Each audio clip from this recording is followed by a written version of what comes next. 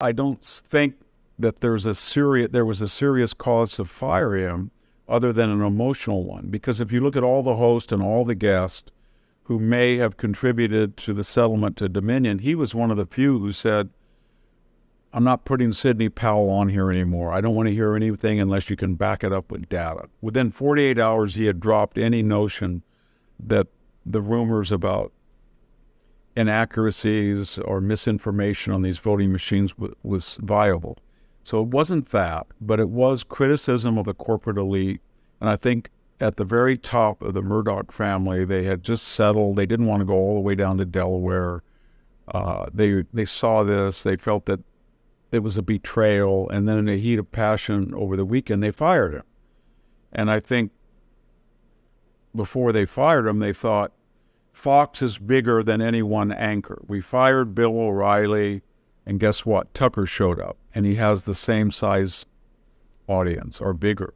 And then we let Megyn Kelly go to NBC, and we brought in Laura Ingraham, and we stopped that bleeding. And we can do that because people tune into us because the brand. I don't think they understand that it's not quite like that. It's cumulative. It's like a cut, and each one magnifies the prior one. So when you get rid of Bill O'Reilly and you get rid of Megyn Kelly and you call Arizona too early, and you go up and down and Newsmax and competitors creep in and grab your audience. They've lost over $800 million in stock. Newsmax has doubled its audience.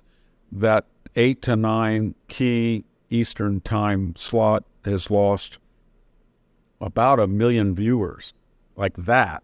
And Brian Kilmeade, who's taken his place, is a pretty good newscaster.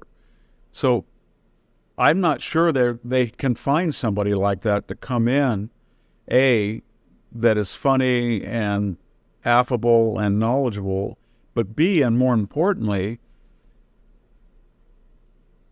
Paul Ryan is on the board of News Corp, and News Corp owns the Wall Street Journal, so it is the epitome of doctrinaire conservatism. But doctrinaire conservatism is not what conservatism is now, the Romneyites. And so they needed Tucker Carlson to appeal to the new Republican Party. And so what do I mean by that? He was talking about the absurdity of woke. And I don't know where you find somebody like that who has the ability to articulate those positions but is not crazy. Especially, Tucker came from one of the wealthiest families in California. He was an aristocrat.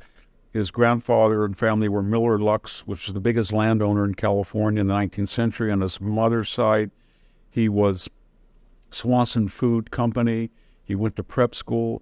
So for him, brought up like that as an aristocrat, to become a populist and yet know how the aristocratic mind works is very unusual.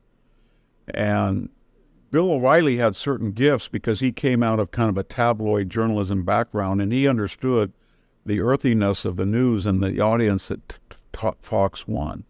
And so what I'm getting at is that Tucker was able to stop the hemorrhaging from One American News or Newsmax or all of the other right rivals. They said, why go to those guys when you have somebody who's more responsible and learned but still can appeal in the same topics?